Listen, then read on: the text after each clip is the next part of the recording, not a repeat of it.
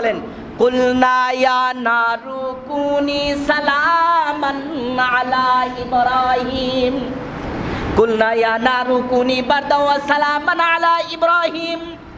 ইব্রাহিমের জন্য যখন নিক্ষেপ করা হবে, ও ফেরেশতারা খুব ভালোভাবে স্মরণ রাখো, আমি রব ঘোষণা করে দিলাম যে আগুনের পাওয়ার দিয়েছি, ওই আগুনকে আদেশ করো, আল্লাহর আদেশে যেন আগুনটা এমন হয়ে যায় এয়ার কন্ডিশন সিস্টেম হয়ে যায়। বলেন সুবহানাল্লাহ।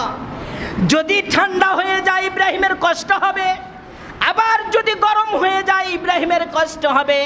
আমার হাবিবুল্লাহ আমার জন্য জীবন কোরবানি করে, সুতরাং আগুনটাকে এমন হতে বলো বারদান ওয়া সালাম, ঠান্ডা এবং শান্তি, বারদাও ওয়া সালাম, ঠান্ডা এবং শান্তিময় একটি আগুন, এমন এয়ার কন্ডিশন সিস্টেমের আরামদায়ক হতে বলো।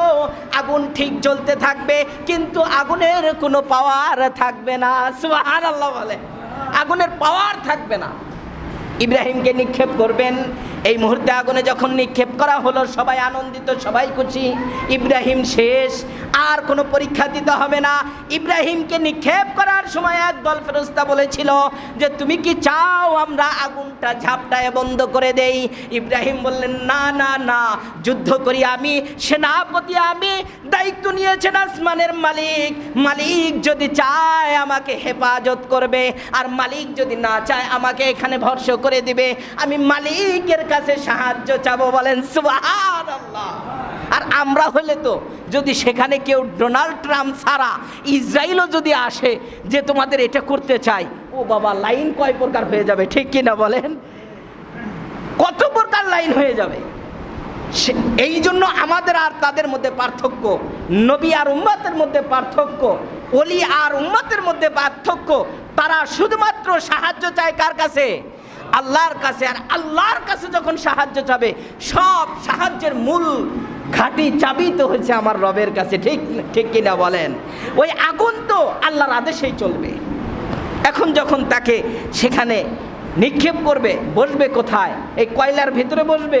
না না না, আল্লাহ রাব্বুল আলামিন বললেন তাকে সুন্দর একটি স্পেশাল বেডের ব্যবস্থা করে দাও, যেখানে বসে থাকবে, আরামসে বসে থাকবে, এবং জান্নাতি আলো বাতাস এবং ফল ফ্রুটের ব্যবস্থা করো। সুবহানাল্লাহ বলেন। ইব্রাহিম আলাইহিস সালাম সেখানে আগুনে নিক্ষেপ করলো, মানুষ খুশিতে আনন্দে, নমরুদ তার ড্যান্স আর কে দেখে ওই নর্তকীর থেকে বেশি, যে শেষ আবার দুশ্মন শেষ। এইভাবে যখন তারা আনন্দ করলো 40টা দিন, এর ভিতরে ইব্রাহিম ছিল। সুবহানাল্লাহ বলেন। কতদিন? 40 দিন। এই 40 দিনের আগুন নিভে গেল। নিভে যাওয়ার পর সবাই খুশি, যাওয়ার পর দেখে ইব্রাহিম আগের থেকে আরো বেশি খুশি। সুবহানাল্লাহ বলেন। আশ্চর্য বিষয়, এই শক্তি কার? এটা তো তারই রবের। সুতরাং এই রবের সাথেই আগে যুদ্ধ করতে হবে, তারপরে একে শেষ করতে হবে।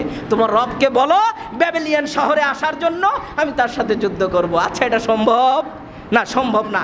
এরপরেও পালিত কিছু শকুন নিয়ে সে এখন যুদ্ধের ময়দানে নামবেন। শকুনগুলোকে এইভাবে শিকারি করেছে যে যতদূর সম্ভব আসমানের দিকে উড়তে থাকবে। এই 4টি শকুন, এখন এই শকুনকে কিভাবে উড়াবে? উড়ানো তো সম্ভব না। শকুনের কিন্তু পাখার শক্তি বেশি। শকুন 63 কিলো পর্যন্ত উপর থেকে দৃষ্টিগোচর হয়, দেখতে পারে, এবং শকুনের হায়াতও বেশি। শক্তিশালী একটা প্রাণী শকুন। এ যুগে তো শকুন নাই। 2-4টা গরু যদি ইচ্ছা করে বড় শকুন এমনি আকাশে উড়াইতে পারবে, এতটা শক্তি আছে শকুনের গায়ে।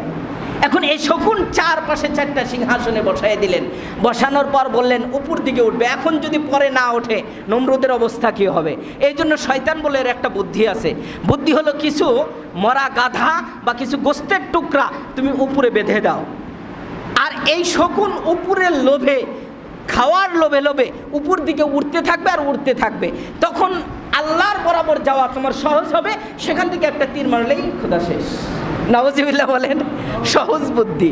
এখন নমরুদও বলল এটা তো বাস্তব একটা কাজ, এটা আমার দ্বারা সম্ভব। এইভাবে শকুন নিয়ে, দল বল নিয়ে তোমরা প্রস্তুত হয়ে থাকো, আমি আল্লাহর সাথে যুদ্ধ করতে যাব, আল্লাহকে শেষ করেই তোমাদের কাছে চলে আসবো। নাউজুবিল্লাহ জোরে বলেন। আল্লাহ রাব্বুল আলামিন বলেন আমাকারু আমাকার আল্লাহ আল্লাহু খায়রুল মাকিরিন। আমার ধরা আর আমার কৌশল বিশাল কঠিন। ইন্নাহুম কায়দা, আমার এমন কায়দা আছে যা তোমার বোঝার শক্তি নাই। তোমাকে ছেড়ে দিলাম কিন্তু কি করি নাই? ছাড় দেই নাই, সুযোগে ধরে ফেলবো। এখন উপরে গেলেন, যাওয়ার পর এখন তীরটা মারছে বহুত আশা করে, ঠিক কিনা বলেন?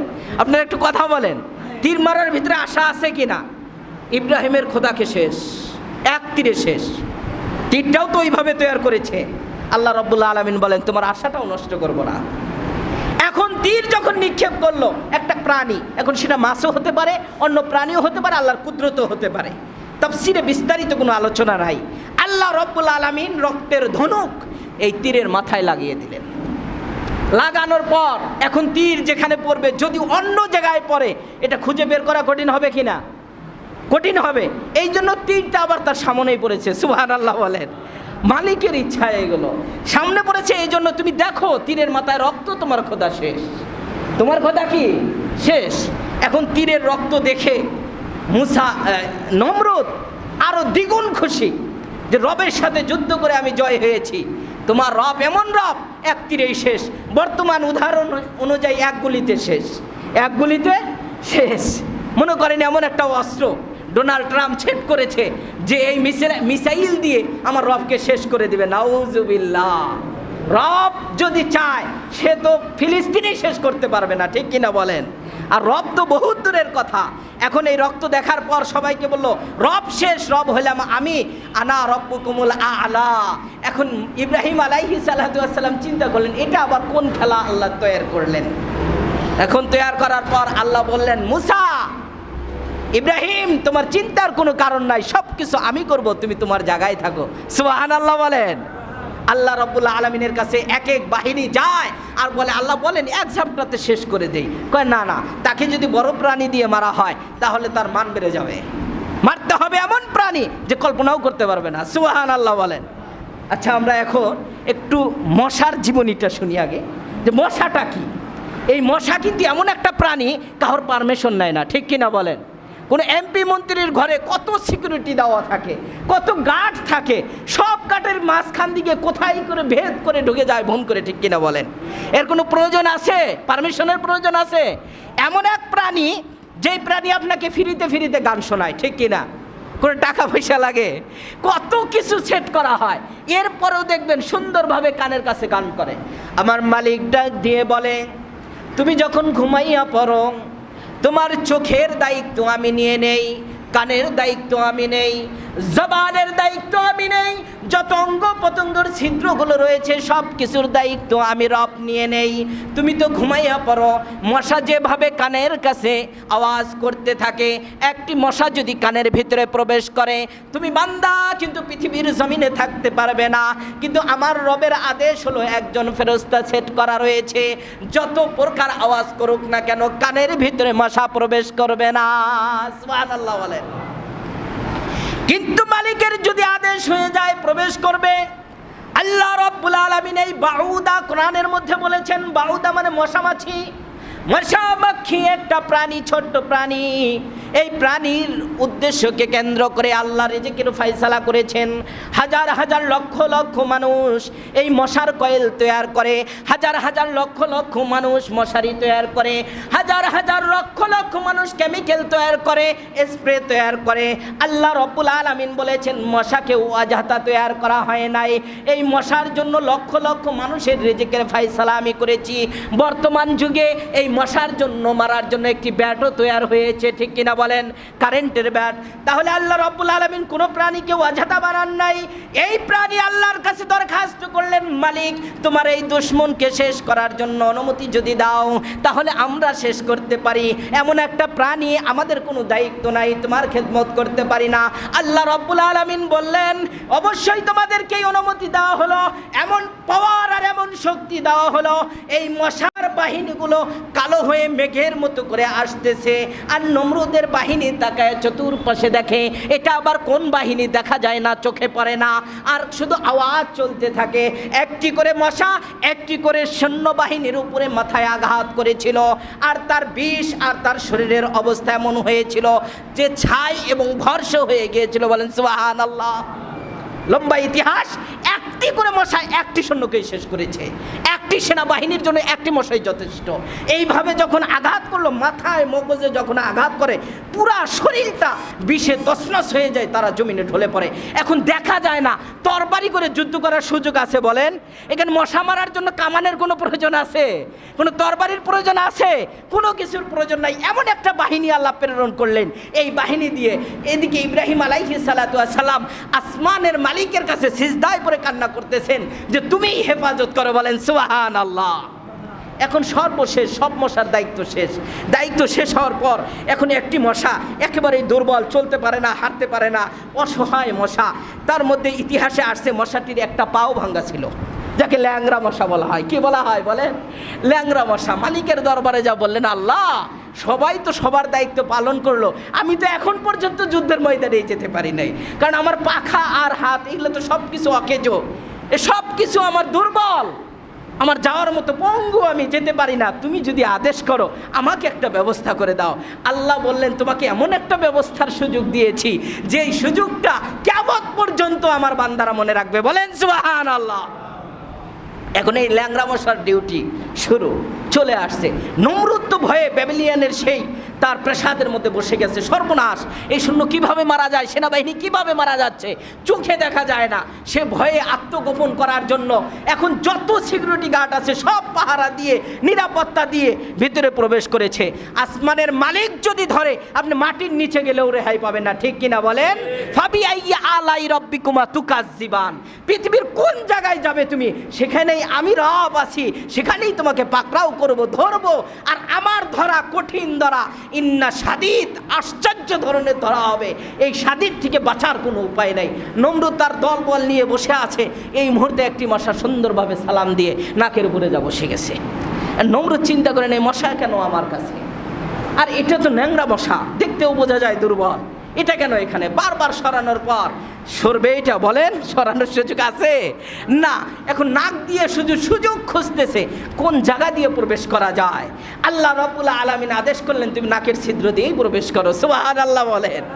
নাকের ছিদ্র দিয়ে প্রবেশ করার পর ভিতরে প্রবেশে তার একটা স্থান সে বেঁধে নিল যে এটাই আমার মূল ঘাঁটি। ঘাঁটিটা হলো মজক, যা মগজ বলা হয়, মাথা, যেখান থেকে আল্লাহ রাব্বুল আলামিন এই ব্রেনটের পরিচালনা করেন। এই মগজের উপরে বসে গেলেন। বসে যাওয়ার পর ছোট্ট করে আগে একটা কামড় দিলেন। কামড় দেওয়ার পর নমরুদের মাথা তো গরম, কি আশ্চর্য বিষয়, এমন কেন হচ্ছে? এখন নিজে নিজেই একটু থাপ্পড় দিলেন।